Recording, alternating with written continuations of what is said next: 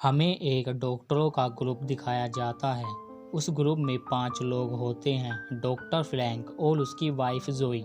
उस ग्रुप में 3 लोग और होते हैं, क्ले, निको, एक ईवा नाम की लड़की। वो लोग मिलकर एक ऐसा सीरम बनाते हैं जिससे मरे हुए लोगों को वापस से जिंदा किया जा सके और उनके दिमाग को पहले से ज्यादा तेज किया जा सके। जोई और निको जब स्कूल में होते हैं वो दोनों एक दूसरे को पसंद करते थे, लेकिन जोई बाद में फ्रैंक से शादी कर लेती है। जोई जब घर पर होती है उसे एक सपना आता है। जोई जब छोटी बच्ची थी उनकी बिल्डिंग में आग लग जाती है। वो सपना जोई को बहुत ज्यादा परेशान करता है। वो ये सब बात फ्रैंक को बताती है। फ्रैंक जोई को पुरानी बातों को भूलने को कहता है। फिर वो लोग लैब में होते हैं। वो सीरम की बात कर रहे होते हैं। क्ले उनसे कहता है हमें उस सीरम में पोटेशियम की मात्रा बढ़ा देनी चाहिए, शायद ये काम कर जाए। वो लोग एक मरे हुए कुत्ते पर वो एक्सपेरिमेंट करते हैं। वो उसे 5 किलोवोल्ट का एक झटका देते हैं पर लेकिन उस पर कुछ भी असर नहीं होता। फ्रैंक 11 किलोवोल्ट का झटका उसे देने को कहता है, लेकिन उस कुत्ते पर कुछ भी हरकत नहीं होती। ईवा रिकॉर्ड कर रही होती है, उसे उस कुत्ते का कान हिलता हुआ दिखता है, लेकिन वो लोग उसकी बातों पर विश्वास नहीं करते। निको बोलता है हमें सीरम की मात्रा बढ़ा देनी चाहिए। तभी वो कुत्ता अचानक से उठ जाता है। वो ये देख कर चौंक जाते हैं। वो लोग कामयाब हो जाते हैं उस दवाई को बनाने में, लेकिन फ्रैंक ये बात किसी को अभी बताने को मना करता है। वो अभी और भी एक्सपेरिमेंट करना चाहता है। जोई उस कुत्ते को लेकर अपने घर आ जाती है, लेकिन वो कुत्ता कुछ भी खा पी नहीं रहा होता। जोई फ्रैंक को कहती है हमने इसे जिंदा करके कुछ गलत तो नहीं किया है, लेकिन फ्रैंक का ये मानना है उन लोगों ने कुछ भी ऐसा गलत नहीं किया है। जोई जब सो रही होती है वो कुत्ता बेड पर आ जाता है। वो जोई को देखता है। अगली सुबह वो लोग उस कुत्ते की जांच करते हैं। उन्हें पता चलता है उसके अंदर अभी भी वो सीरम होता है, लेकिन वो सीरम अब तक खत्म हो जाना चाहिए था। के दिमाग में अजीब सी हलचल हो रही होती हैं, मानो उसका गुस्सा बढ़ रहा हो। क्ले उसे घर पर ले जाने को मना करता है। लैब में अकेला होता है। वो लोग अपने घर चले जाते हैं। वो उस कुत्ते को एक पिंजरे में बंद कर रखता है। क्ले अपने कंप्यूटर पर काम कर रहा होता है। उसे एक अजीब सी आवाज़ आती है। वो जाकर देखता है वो पिंजरा टूटा हुआ होता है। क्ले उस कुत्ते को ढूंढता है। वो कुत्ता क्ले को घूरने लगता है। क्ले उसे देखकर डर जाता है। क्ले ये बात जोई को बताता है, लेकिन जोई उसकी बातों पर यकीन नहीं करती। फ्रैंक ये एक्सपेरिमेंट रिकॉर्ड करता है। उस कुत्ते में वो सीरम अभी तक होता है। वो उसका दिमाग बहुत तेजी से नई कोशिकाएं बना रहा होता है। फ्रैंक को ये सब अजीब लगता है और उस कुत्ते का गुस्सा भी बढ़ रहा है। फ्रैंक अगली सुबह अपनी बॉस से मिलता है। उसकी बॉस को पता होता है उन लोगों ने वो सीरम बना लिया है। वो उन्हें उस प्रोजेक्ट से बाहर कर देती है। वो सगला क्रेडिट अपनी कंपनी को देना चाहती है। कुछ देर बाद कुछ लोग उनका सीरम और उनका सामान उस लैब से ले जाते हैं। फ्रैंक अपनी टीम को बताता है उन लोगों को पता है हमने वो सीरम बना लिया है और वो सारा क्रेडिट अपनी कंपनी को देना चाहते हैं, इसीलिए उन लोगों ने हमारा प्रोजेक्ट बंद कर दिया। फ्रैंक ये फैसला करता है वो लोग फिर से उस सीरम को बनाएंगे। वो लोग मरे हुए कुत्ते को फिर से वापस जिंदा करने की कोशिश करते हैं। फ्रैंक जोई को पावर ऑन करने को कहता है, लेकिन जोई को करंट लगता है और उसकी सांसें चलना बंद हो जाती हैं। वो अब मर चुकी होती है। फ्रैंक बहुत ज़्यादा परेशान होता है। वो ये फैसला करता है वो ये सीरम इस्तेमाल जोई पर करेगा। क्ले उसे ऐसा करने को मना करता है। वो ऐसा करेगा तो पुलिस उन्हें जेल में बंद कर देगी। फ्रैंक जोई को खोना नहीं चाहता।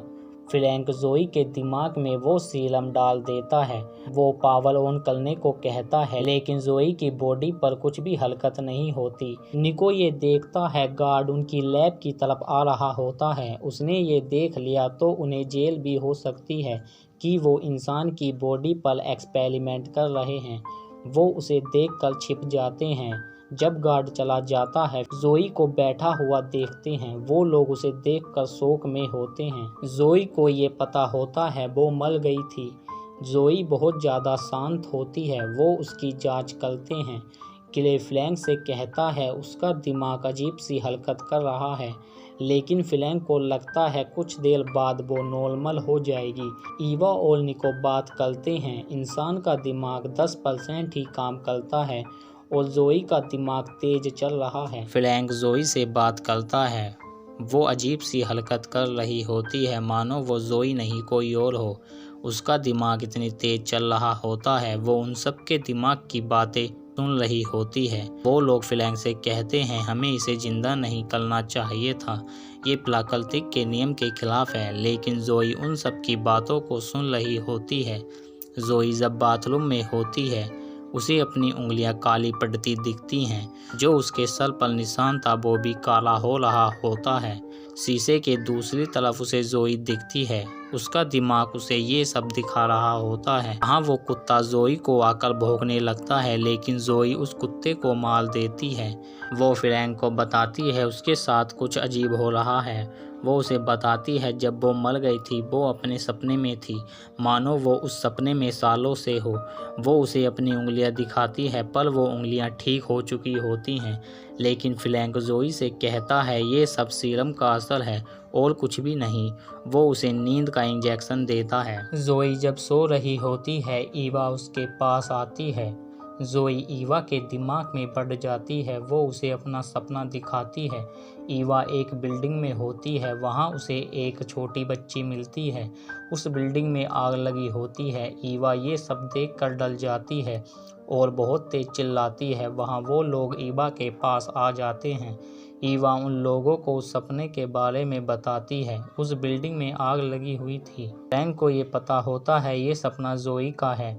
क्ले फ्लैंक से उस सपने के बारे में पूछता है।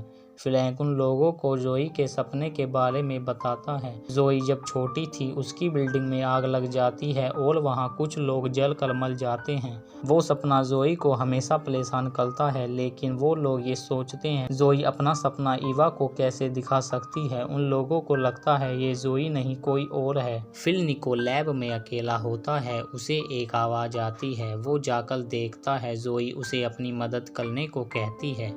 जोई उसे इंटीमेट होने को कहती है। निको जोई से कहता है तुम होश में नहीं हो। निको जोई को दूर होने को कहता है, लेकिन जोई अपनी पावर से निको को एक अलमारी में बंद कर देती है और उस अलमारी को पिचका देती है, जिससे निको की मौत हो जाती है। अगली सुबह वो लोग लैब में होते हैं। वहाँ निको नहीं होता और ना ही वो कुत्ता। वो लोग जोई से निको के बारे में पूछते हैं। जोई उन्हें मना कर देती है। उसे नहीं पता कि निको कहाँ है। क्ले फ़ोन करके पुलिस को बुलाने वाला होता है, लेकिन फ्रैंक उसे ये सब करने को मना करता है। फ्रैंक नहीं चाहता वो लोग जोई को ले जाएं, लेकिन जोई अपनी पावर से उस फ्लोर की बिजली बंद कर देती है। वो लोग लिफ्ट खोलने की कोशिश करते हैं, पर वो लिफ्ट खुलती नहीं है। क्ले जोई पर चिल्लाता है। उसे पता है निको कहाँ है और इस फ्लोर की बिजली भी तुम्ही ने काटी है। लेकिन जोई अपनी पावर से क्ले के मुंह में पेन घुसा देती है, जिससे उसे सांस नहीं आता। फ्रैंक उस पेन को निकालने की कोशिश करता है, लेकिन क्ले की मौत हो जाती है। फ्रैंक को ये सब गलत लगता है। उसे जोई को जिंदा नहीं करना चाहिए। वो दोनों देखते हैं जोई वहाँ से गायब हो जाती है, लेकिन जोई उन दोनों पर कुर्सियां फेंक देती है। जब उन्हें होश आता है जोई वहां नहीं होती। फ्लैंक ये फैसला करता है वो उसे जहर का इंजेक्शन देगा और उसे मार देगा। वो ईवा को वहीं रुकने को कहता है। फ्लैंक जोई को देखता है। जोई को पता होता है उसके पास इंजेक्शन है। फ्लैंक उस इंजेक्शन को नीचे धर देता है, लेकिन जोई फ्लैंक का दिमाग पढ़ लेती है। वो ईवा से कहता है वो उसे मार देगा। जोई फ्लैंक के दिमाग की नसें फाड़ देती है और उसकी मौत हो जाती है। ईवा ये सब देख रही होती है। जोई उस सीरम की मात्रा अपने दिमाग में बढ़ा देती है। ईवा कुछ इंजेक्शनों में दवाई भरती है जोई को मारने के लिए। ईवा उस लैब में अकेली होती है। जोई ईवा को अपने सपने में ले जाती है। वो फिर से उस बिल्डिंग में होती है। उसे वहाँ वो छोटी बच्ची दिखती है। वो छोटी बच्ची और कोई नहीं जोई ही होती है। उसके हाथ में माचिस होती है। वो जोई ही होती है। उस बिल्डिंग में आग लगा देती है, जिसकी वजह से वो लोग जल कर मर जाते हैं। ईवा जोई से कहती है इसमें तुम्हारी गलती नहीं है, जाओ जाकर वो गेट गेट खोल दो। जोई उस गेट को खोल देती है। ईवा उस इंजेक्शन को जोई के लगा देती है। वो सपने से बाहर आ जाती है और जोई मर जाती है। वहाँ कुछ लोग ईवा की मदद करने के लिए आ जाते हैं, लेकिन वो उसका दिमाग का वहम होता है जो कि जोई उसे दिखा रही थी। जोई ईवा को वो इंजेक्शन लगा देती है और ईवा की मौत हो जाती है। फिर जोई उन सबकी बॉडी में वो सीरम डालती है। वो फ्लैंक को फिर से जिंदा कर देती है और ये मूवी यहीं एंड हो जाती है। अगर आपको ये एक्सप्लेनेशन अच्छा लगा तो इस चैनल को सब्सक्राइब करना ना भूलें।